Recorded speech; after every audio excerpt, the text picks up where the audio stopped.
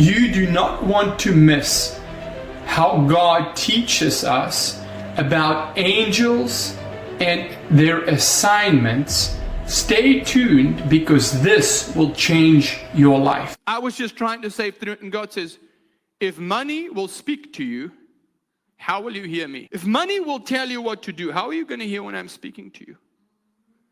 How will you hear what I'm telling you if money can tell you what to do?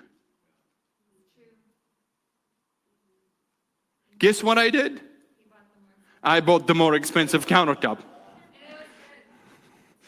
But do you understand what I'm saying? So it's, if you take my, and so I want you to understand that what I'm talking about today is not, this is not a trick. This is stuff that you have, there's habits that you have to change in your life if you want to do this, because there is no way around it. There is no quick fix. There's no trick. There is none of that. There is stuff that you have to change in your personal life that it says here, a fresh word daily. I had it printed like that on my Bible. Because when I expect of God to speak to me, now I know God speaks to me daily, but I also know that I don't always hear Him daily. Okay, I'm glad that you all look so holy on this Presbyterian Saturday morning. You understand what I'm saying? Silent Presbyterian Saturday morning. I know they don't have church on a Saturday, but you know, whatever, I'll leave that for. But it's because I want to train myself to be tuned in to when He speaks. Because the thing is if you can't hear Him with the little things, and if you can't make the changes with small scriptural things, you won't make the changes when He says, hey, I want you on the other side of the ocean. Do you follow what I'm saying? Or if He says to you, you know what? I need you to trust me for a certain amount of money. Yes. Amen. I can't tell you how many times, you can ask my wife. I'll tell her. Like the other day, I woke up, I said to her, I'll leave the whole thing anonymous. I've never told anybody, my wife knows. I said, God's going to give $75,000 into the ministry. She's like, wow, that would be wonderful. Before I left for Africa, I said, there's a certain preacher that I had a dream about. He asked me to go and do meetings with him, but in the dream, God said, don't do the meetings. Yes. While I'm in Africa, he messages my wife. People's like, how does these things happen to you?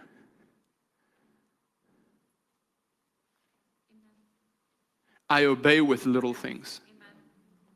One of the things that happened in our ministry when we were in South Africa, before I met Leslie, there was a older couple that was sort of co-pastoring with me. The wife was actually the co-pastor. And what happened was, she told me about God spoke to her in a dream to go minister to this one girl that she knew well. But this woman was a procrastinator, okay? And it drove me nuts. And so a week later, I had a dream about this co-pastor of mine, and I said to her, listen, in the dream I said, why have you not gone minister to this girl yet? And I rebuked her in the dream. I woke up the Saturday morning, on my way to town, I'm about to hit the stoplight, and I phone her, and I'm like, I had a dream about you. Why have you not gone minister to this girl yet? It's almost 2 weeks, it's 10 days or something, you haven't gone. And she goes, why don't you go minister to her? So that'll get my Dutch blood boiling real quick. And I said to her, did God speak to me or to you? Yeah, amen. I'm a single man that must now go and minister to some strange girl, young girl, alone, and I don't even know her. You know her. You're a woman, you go minister to her. I stop at the grocery store. I sort of know who they are, but I don't know them. Here's the boyfriend kissing another girl in the parking lot. 5 minutes after I put the phone down with this pastor lady. I phoned her, I said, I now hope you know why God spoke to me about you who are disobedient about what He told you 10 days ago. Honest to God truth. That next morning she went to see that girl, and her life changed around like this. See, God, sometimes it's small assignments. Sometimes it's big assignments. But you never know which one it is. And you never know how they are connected together. So when you have a habit of procrastinating and putting things off when the Lord speaks to you, what happens is you might miss the big things. Because you don't know which one's next, and you don't know how they flow together. So one of the things that I really want to, in 2 Kings chapter 6:16, please don't go there real quick. I love that you want to go there. But in 2 Kings 6:16, what did the Lord do to the servant of Elijah?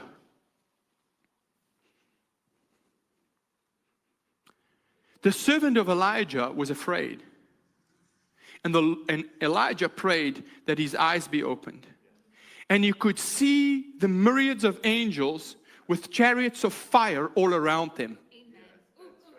That just gave me the goosebumps. In other words, Wow. It's seeing. there's things that when you are disobedient, you step further away from seeing. When you become more obedient, you press into seeing. And suddenly you start seeing these things and you're like, I can see what is happening in the spiritual realm. Elijah was always on an assignment. Go here, go tell this one this. Go there, go tell that one that. And then he got fearful. And guess what the angels always did whenever they appeared to somebody? Same in Luke 21, when the angel appeared to Mary, the mother of Jesus. What does he always say? Fear not. Fear not. So here Elijah goes to hide, and the Lord sends an angel again, corrects him, and he's like, okay, I'm going to go do what the Lord told me to do. So he was always on the next assignment.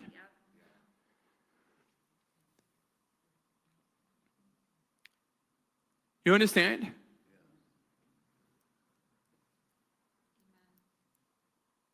He's always on the next assignment.